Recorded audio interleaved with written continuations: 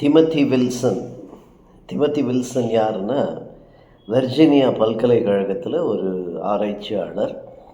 அவர் நிறைய ஆராய்ச்சிகளை பண்ணியிருக்காரு. அதில் தனிமை என்பதை குறித்து, தனிமையில் பாதிக்கப்பட்டவர்கள் எவ்விதமாக இருக்கிறார்கள், தனிமையில் அவருடைய மனம் அமைதி பெறுகிறதா அல்லது மகிழ்ச்சியை காண்கிறதா, இல்லை அவர்களால் அதை ஏற்றுக்கொள்ள முடிகிறதா என்பதை குறித்து ஒரு ஆய்வு, ஒரு 11 பாடங்களை அவர் ஆய்வு செய்வதற்காக அழைத்தார்.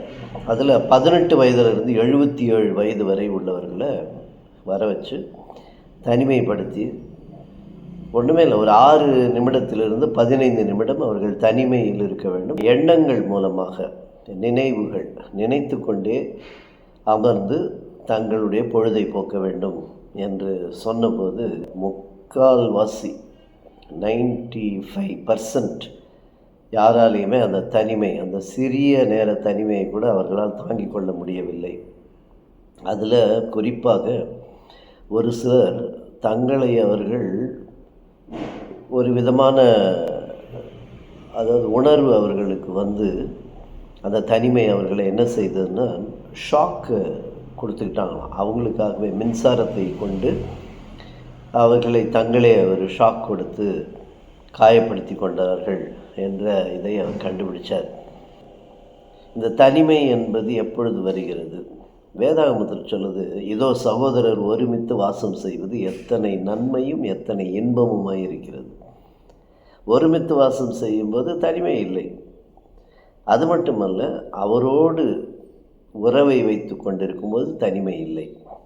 இயேசு கிறிஸ்து மலையின் மேல் ஏறி தனியே ஜெபித்து கொண்டிருந்தார் அப்படின்லாம் வசனம் வருது. அவரே தனிமையில் ஜெபித்தார் என்று சொல்லப்படுகிறது. அந்தரங்கத்தில் நீ செய்கிற உன்னுடைய ஜெபம் வெளியரங்கமாக பலனளிக்கப்படும் என்று வேத வசனம் கூறுகிறது. ஜெபத்தில் தனிமை இல்லை.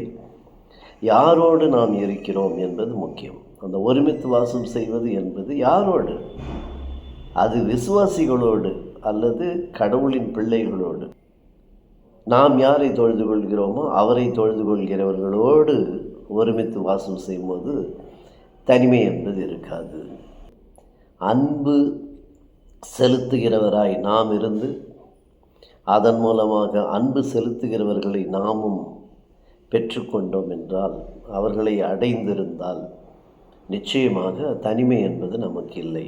நம் தனிமையை போக்குகிறவர் முதலில் கடவுள் என்பதை அறிந்து கொள்ள வேண்டும். Thank you so much. God bless you all.